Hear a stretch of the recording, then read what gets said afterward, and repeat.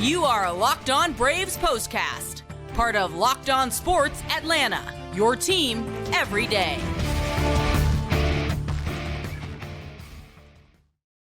Hello and welcome into the Braves POSTCAST, part of the Locked On Podcast Network, your team every day, and of course, part of Locked On Sports Atlanta. Grant McAuley, Jake Mastroianni coming to you after what was, dare I say, an offensive explosion for the Atlanta Braves. Now, the big question will be, can they follow this up? But we'll get to that, I guess, as we go along. But we got a lot to talk about in this one for what was happening on the plate, but just as importantly, what was happening on the mound as Max Fried was absolutely dialed in, a complete game effort as the Braves knocked off the Chicago Cubs by a 9-2 final score to even up this three-game series and put themselves in position to open up their road trip with a series victory. And there will be a season debut on the mound as well for one of the Braves' young guns. We'll talk about that as we go along here on the Braves POSTCAST. And, of course, get through what was a very eventful night at Wrigley Field as well. Make sure you hit that thumbs up and subscribe to Locked On Sports Atlanta right here on YouTube, to the channel. Subscribe to Locked On Braves wherever you get your podcasts. And today's episode is brought to you by eBay Motors. From brakes to exhaust kits and beyond, eBay Motors has over 122 million parts to keep your ride or die alive. With all the parts you need at the prices you want, it's easy to bring home that big win. Keep your ride or die alive at ebaymotors.com. Eligible items only. Exclusions apply. eBay guaranteed fit. Only available to U.S. customers. Jake, with that out of the way, because I feel like we've got to conserve all the time we have on this show to talk about not just the great pitching for the Atlanta Braves, but how about the great hitting? Yeah, we have to. I mean, when you haven't seen it that much over the last several weeks, you got to talk about it when it happens, and certainly love to see it, and love to see it happening in so many different ways. They got the home run ball in this one, certainly, but also were able to score in other ways as well. Yeah, we saw a little small ball mixed in, and you know, when you're looking for the runs and they're hard to come by, anything you can do to add to your lead, you've got to, I think, pull out all the stops, and the Braves certainly did that, but they were able to put together a big inning late that really padded things and made it easy for Max Fried to complete yet another game. He allowed a couple of runs, but man, it just felt like he was in complete control in this game.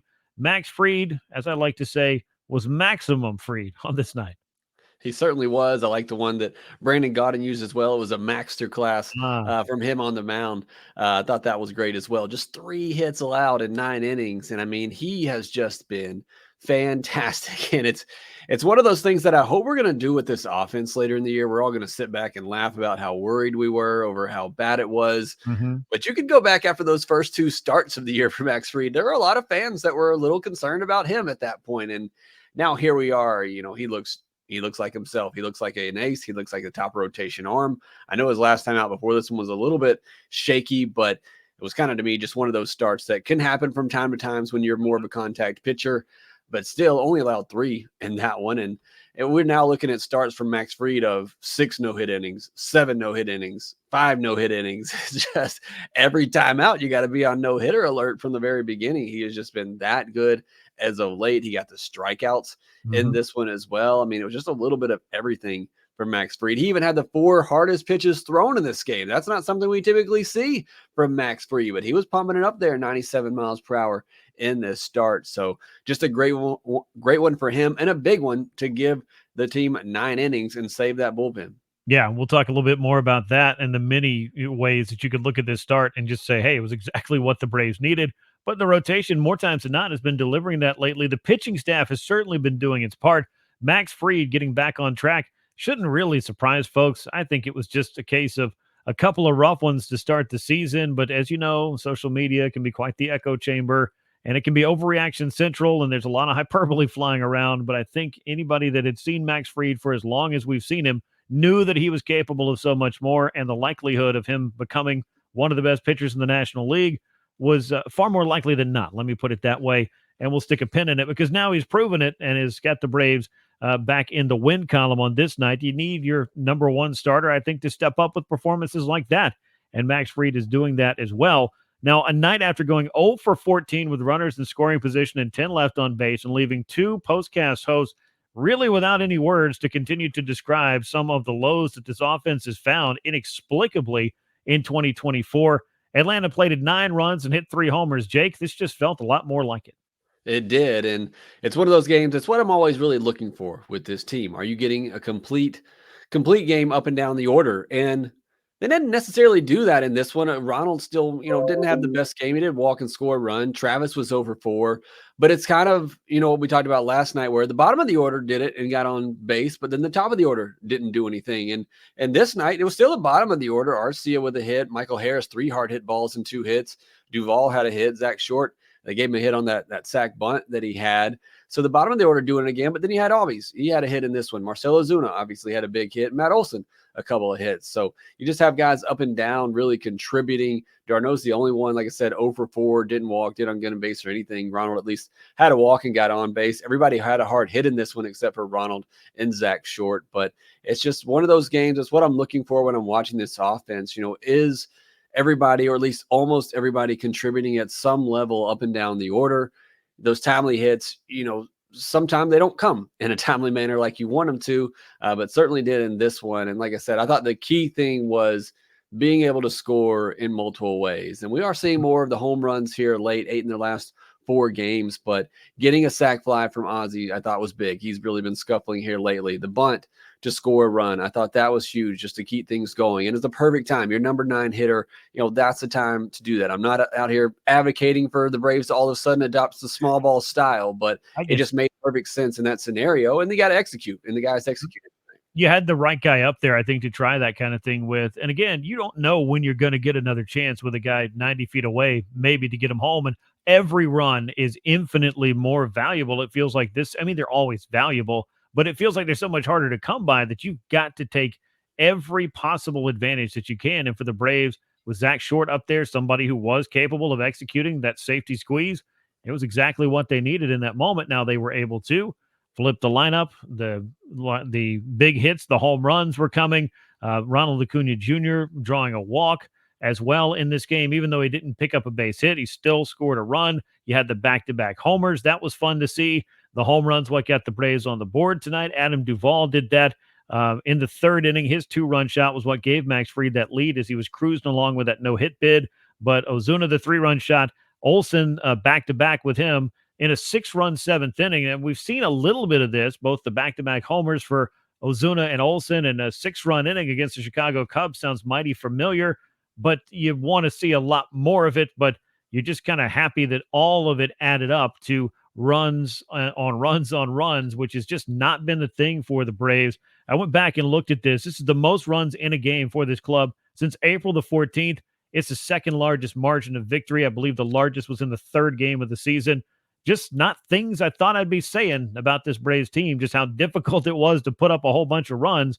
But there is a lot of baseball left to be played, and this is a team that's capable of turning it on and still being one of the best offenses in baseball. Yeah, I know it's hard to look at things right now and kind of feel that way. But again, kind of like we alluded to with Max Fried, you felt pretty confident that he was going to turn things around and be one of the best pitchers in baseball again. I still am very confident that this offense will turn things around and be one of the best offenses in baseball again. And I've said it several times on here. To me, it doesn't matter who they're facing. They faced a lot of good pitchers lately. And obviously that's going to hurt, especially when you're slumping like you have been. But Dylan Cease, talked about the other day, they were able to get after him. Justin Steele finished 5th in the Cy Young Award voting last year, was an all-star. I know he was injured and kind of was limped a little bit coming back, but he's a really good pitcher. And the Braves were able to get after him in this game. So when this offense is clicking, I mean, they can go up against anybody. And I still think, I know there's frustrating games like last Friday or the first game in the doubleheader or the game on Tuesday. There's still frustrating games for this offense. I still think that over the last week or so, I've seen more encouraging signs of this offense being able to break out. So I'm very encouraged, obviously what I saw tonight, want to see more of that.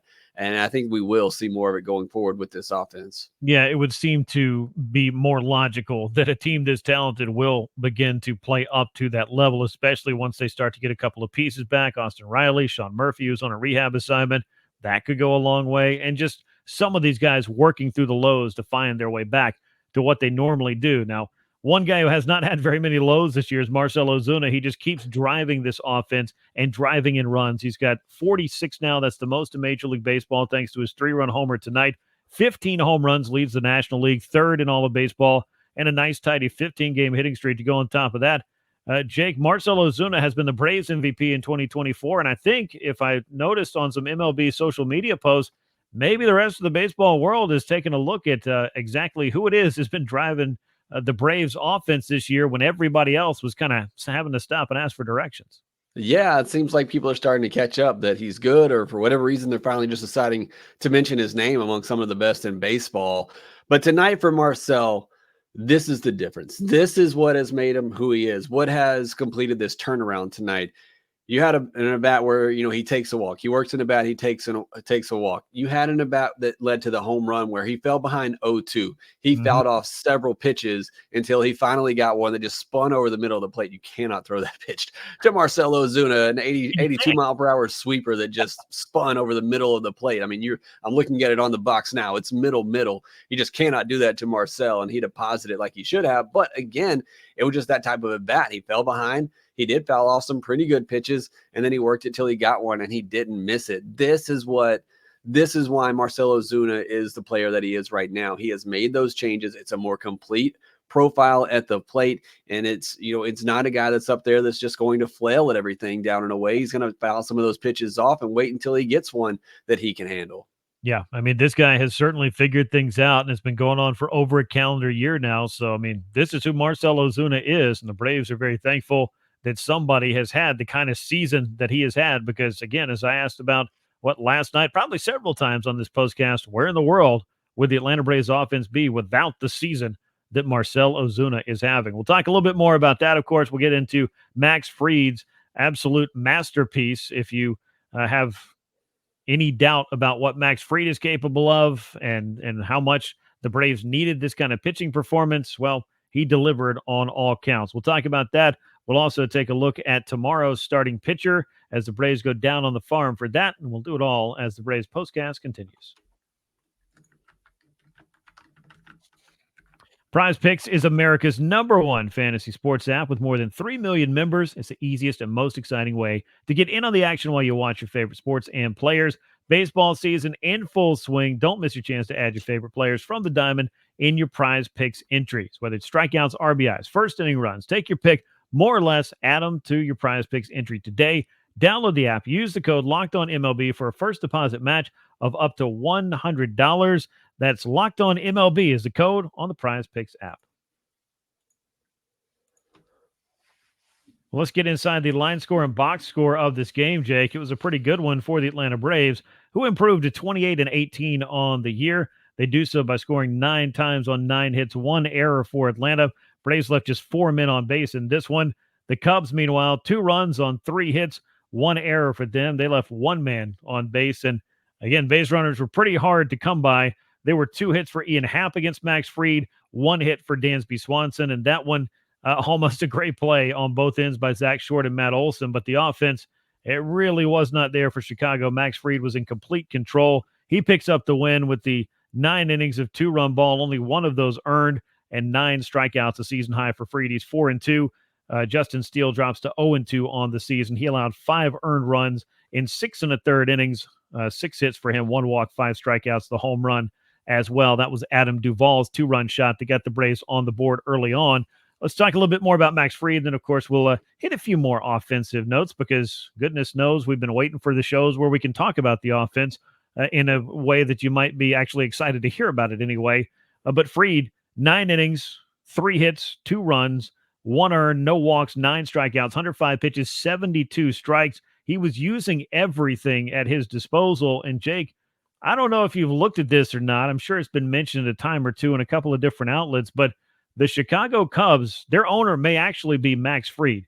He is 6-0 with a 1.18 ERA and 6 career starts against them lifetime. He simply pitches his best baseball against the Cubs. Yeah, I mean, he's one of those pitchers. I would imagine he has really good numbers against a lot of teams, but that is certainly very impressive for Max Fried. Whatever he's doing against them, just keep doing it. But what I loved about it on this night, you mentioned he had all of his pitches going through 7 different pitches. But for me, it was the curveball slider combination, and a lot here lately. And he still did it some on this night. It seems like Max Fried's been leaning a lot more heavily on that fastball, especially to righties. He's come in a lot, really dotting that fastball inside to righties, and it's been very effective for him. But tonight, that curveball slider combination that he had going was just really good. There's a sequence that he had against Cody Bellinger that Cody Bellinger was the hottest Cubs hitter coming into this series. He was the only hitter that had an OPS over 750 coming into this series in the last couple of weeks. And he made Cody Bellinger just look silly up there on a couple of curveballs. He made several hitters look silly on that curveball tonight.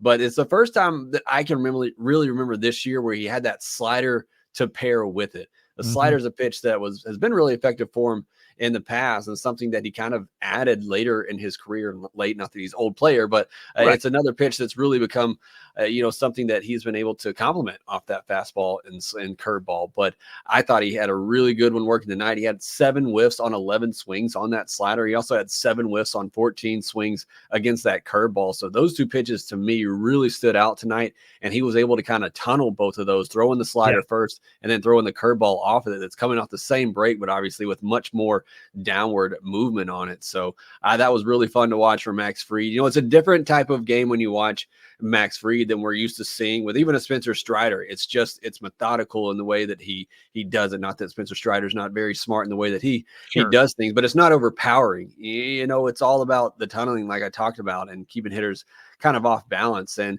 you don't see complete games very often in today. So as when Max Fried goes out there and flirts with that, it's exciting to see. I mean, I'm somewhat of an old schooler, I consider myself. I like seeing a pitcher go the distance, and we've already got to see that twice for Max Fried this season. Yeah, I mean, I was a big fan of seeing way more stolen bases in the game. I don't know that we're necessarily going to have a rule change that's going to make complete games come back into vogue the way the Steels have. But yeah, it is nice to see that. And it does help the entire pitching staff, which was kind of my next point. How big is a complete game effort when you're in the midst of a long string of games with no off days? I heard Brian Snitker say it after the game in his post-game comments. Look, I was happy to look down at my card and know that with a complete game from Max Fried, it won't be 0 days rest for all the guys in his bullpen. This is as good as an off day for the Braves bullpen, and that's the kind of thing that's going to be in short supply until the very first few days of June. Yeah, it's always big. We talk about it, but especially when you're in a long stretch of games like this, and especially when the next 2 days, you don't really know what it's going to look like. Yeah. I mean, we know now that AJ Smith-Shawver is going to start on Thursday, but again, young pitcher, who knows how long he'll be able to go into the game. Hopefully he goes very deep into it. But again, you don't have as the confidence of that like you do a Fried or a Morton or a Sale or a Lopez right now. So to be able to have a game like this for Max Fried, again, not knowing what you're going to get these next 2 days, is just another, huge point, huge accomplishment for Max Fried on this one. 105 pitches, was able to be very efficient. Brian Snitker said after the game, he talked to him, and Fried says he feels great. So sending him back out there to finish things off. Just huge for this Braves team, again, with the long stretch they have coming up and a couple of potential holes in your rotation here, coming up, that to be able to have that bullpen fresh and ready to go if you need them. Yeah, and 105 pitches. So you're not thinking about, well, this was a performance where you had to ask him to throw an extra 25 or 30 pitches to get through the 9 innings. He was so efficient. Honestly, I mean, it made all the sense in the world to at least give him the shot in the 9th inning. And with a 9-1 lead, it also helps out. And that's what the offense was doing for Max Fried, was building that up. And the guy that got it started tonight was Adam Duvall. I thought that was really great to see. He hasn't gotten a lot of opportunities this year to start in consecutive games. That's something that I think, the more playing time he gets, the more it's going to probably go to getting into more of a rhythm. But I feel like Duvall and Kelnick, and I've talked to both of them about it, they feel like they like their partnership out there. But, the starts are clearly important. The at-bats are at a premium at times. And for Duvall, maybe a little bit more so than anybody else on this club. But he can play an important role, and he showed you he's got the big-time power as well when he gets rolling with that 2-run shot off Justin Steele to center field back in the 3rd inning. Just nice to see Adam Duvall in the middle of something, because again, what he has done for this club over the time of his 3 different tenures with the Braves.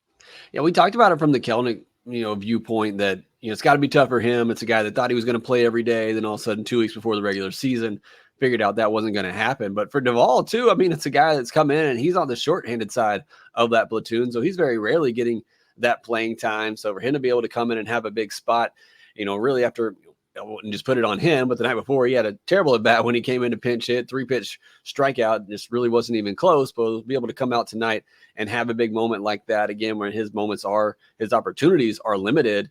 And then I love that connection. You saw when he went in the dugout, who does he go up and talk to is Kelenic. So it's great to see that dynamics playing out really well. There's obviously plenty that Kelenic can learn from Matt Duvall. Has put together a really good career, but just great to see Adam get that opportunity and make the most of it with a big home run to get the scoring started.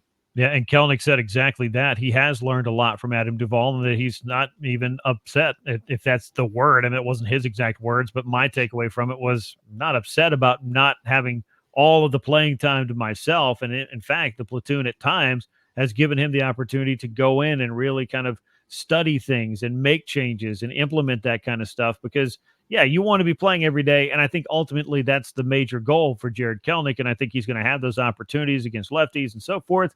But there is a time to also be able to learn. And for the Braves with Adam Duvall, it was more than just taking playing time away from Jarred Kelenic.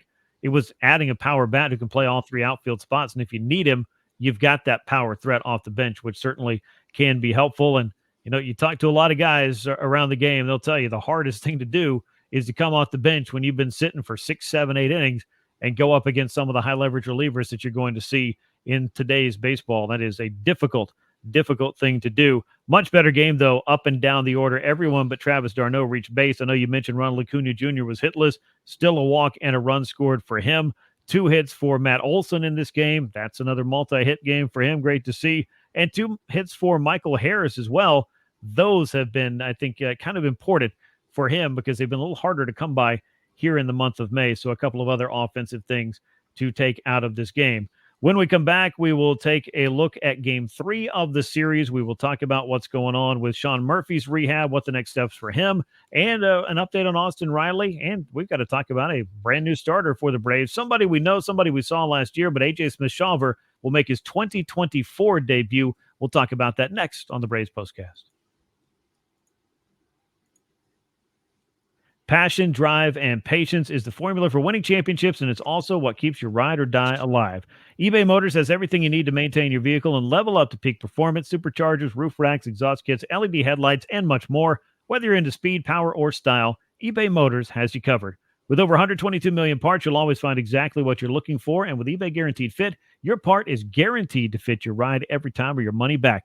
Because with eBay Motors, you are burning rubber and not cash. With all the parts you need, the prices you want, it's easy to make your car the MVP and bring home huge wins.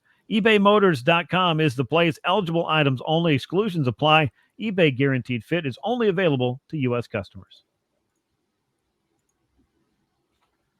Let's talk about Game 3 of this series, Jake. The Braves will try to take it from the Cubs after dropping the opener. They'll try to take the final 2.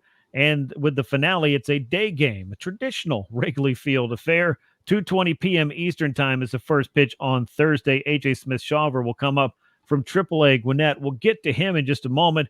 No Sean Murphy for Gwinnett today. They played a little bit earlier. He should be back in there tomorrow. But Austin Riley doing a little bit more work with the bat. I don't know that he's going to play the finale, obviously, in Chicago. But, Jake, the hope continues to be that he could be back in the Braves lineup before this road trip is over, which would certainly be nice because he has been gone for quite some time. Yeah, the Braves are taking this day-to-day thing to a whole new level, but that's just where we are with Austin Riley at the moment. It is truly day-to-day. We'll see, what he looks like tomorrow, but obviously, everything seems to be pointing in the right direction. I would imagine it probably won't be tomorrow, like I said, with a day game after night game, and really still hasn't taken those BP cuts yet, but hopefully over the weekend he'll be ready and be a welcome sight to get him back in that lineup. And like I talked about yesterday, getting that glove back in the field as well. Yeah, no, that will certainly help. Austin Riley is capable of helping the Braves win a lot of different ways. Even when the bat hasn't been there this year, it's just been, I think, easily his best with the glove, and it's been improving year over year. So it'd be good to have him back in there for a number of different reasons. Now, AJ Smith-Shawver making his 2024 debut for Atlanta on Thursday. 1-2 with a 6.10 ERA and 8 starts for Gwinnett so far this year. Last year with the Braves, got to make 5 starts, 6 total appearances, 1-0 with a 4.26 ERA. He's a big arm. He's got big strikeout stuff. The walks have been a bit of a problem for him in Gwinnett this year from what I was able to see. And the last few starts, Jake, have also been a little bit rougher for him. He's allowed 4 runs in each of the last 2, 3 runs in the one prior to that, and didn't get out of the 5th inning in that one. It's been, I'd say, mixed results, a mixed bag. I mean, the stuff is there, but can he harness that? And can he make the adjustments he needs to as he goes through a major league lineup? What you would hope would be at least twice, if not into that third time. Yeah, it's really hard just to look at minor league numbers and evaluate somebody because you never know what they're working on. I'm sure the Braves have him working on certain things, but this is a head scratcher because you do look at those numbers and it doesn't look great. I mean, a 250 average against, a 1.50 whip, 6.10 ERA. But he does have great stuff. We know that. You mentioned the walks that have hurt him a bit this year, but it's really the home runs. That's what killed him at the major league level last year, and that's what killed him in these last several starts. You mentioned they haven't been good. He's given up 3, 4, 5, 6 home runs in his last 3 starts. So sorry, I had to do a little quick math there. But 6 home runs in his last 3 starts, 3 home runs in his last one. And again, that's what's really plagued him at the big league level last year. He had some good moments last season for the Braves, but the home run ball, even going in the postseason, he had good moments in that postseason appearance he had, but he gave up, I believe it was 3 home runs in that one. So that'll be something to watch for with AJ Smith-Shawver. But obviously really good stuff, big fastball.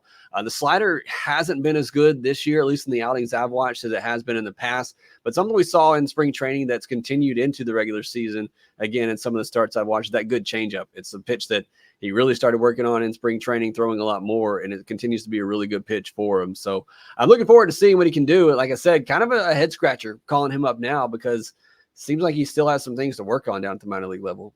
Yeah, and this may speak to it being a relatively, temporary situation for the Braves and just trying to get somebody who would time out and be on regular rest. Obviously, Bryce Elder was optioned down. Darius Vines had to get up and start warming up yesterday, so I'm assuming that might push him back to being a candidate to start Friday in Pittsburgh. That we'll find out. Daysbel Hernandez was brought up, pitched yesterday, could be optioned back out as a corresponding move for AJ Smith-Shawver, who again is 1-2 in those 8 starts, 6.10 ERA. Jake mentioned the home runs, half a dozen in the last 3 starts, 9 in 31 innings this year. He's also walked 17 batters, but 35 strikeouts. So again, the stuff is there. Not trying to throw a big bucket of cold water on it because he's one of the most exciting pitching prospects in the Braves minor league system, but I'm with you. It hasn't necessarily been he's pitching so well you just can't keep him down, which seemed to be the way that it felt last year, even though I would say he arrived a little bit earlier than most people expected a season ago at 20 years of age. Yeah, it was really, I don't want to call it unfortunate, but the Braves just needed somebody. I mean, they were struggling last year with all the injuries they had in the starting rotation, and AJ Smith-Shawver was throwing the ball well. And, the Braves rewarded him by calling him up and giving him an opportunity. And like I said, even for the most part last year, I thought he did fine in the opportunities that he got at the big league level. But certainly, I think he probably got rushed a little sooner than the Braves probably wanted even themselves. But there's still some things in his game to work on. But it is a very high ceiling, I still believe, for AJ Smith-Shawver. Yeah, number 42 prospect according to Baseball America in their preseason rankings, number 69 prospect in the MLB.com rankings. And he was not a top 100 prospect a year ago when he made his big league debut. So clearly he made an impression in a couple of different ways there. The Chicago Cubs, I believe, had not named a starting pitcher, at least at the time of this recording. If I saw correctly, they may be moving Kyle Hendricks to the bullpen. I don't know if that would take him out of the running for pitching on Thursday, but certainly they're trying to sort that whole thing out. And Kyle Hendricks has been a big part of their starting rotation for years and years. Yeah, it's kind of crazy. I mean, he's kind of what a lot of people have called a lesser Maddox just because of the way that he kind of controls his own. He's more of a control pitcher, but obviously getting up there in age and doesn't have the stuff to blow hitters away. So we'll see what the Cubs do. Maybe it end up being a bullpen game. You saw Porter Hodge, who pitched tonight. He had been a starter in the past, but he obviously pitching tonight. Probably won't see much of him tomorrow. But either way, whoever these Braves hitters face, I just want to see them continue what they started and build on after tonight's game, put up some more runs, put up just good at-bats. Like I said, even if they're not getting the results necessarily every time, I want to see those quality of bats up and down the lineup, putting pressure on the other team. Yeah, and making it perhaps a little bit easier for AJ Smith-Shawver to settle in as he makes his 2024 debut. It'll be his 6th career start. He got 5 in last year with the Braves, where, again, he was 1-0 with a 4.26 ERA at the big league level. That'll bring us to the end of this edition of the Braves Postcast. A nice 9-2 victory for Atlanta over the Cubs to even up this series at a game apiece. They'll look to take the finale behind AJ Smith-Shawver, a 2:20 p.m. Eastern time first pitch on Thursday afternoon at Wrigley Field. If you like what you saw here tonight, we appreciate it because it was a much more fun game to talk about, I think, than some of the ones that we've gotten through this year, but we appreciate you riding along with us for all of those, win, lose, or I guess, well, it's just one of those two because there's no draw in Major League Baseball. Make sure you're subscribed for all these kinds of insights. Locked On Sports Atlanta right here on YouTube and Locked On Braves wherever you get your podcasts. For Jake Mastroianni, I'm Grant McAuley. We'll be back with more after the finale of this series. And until then, so long, everyone.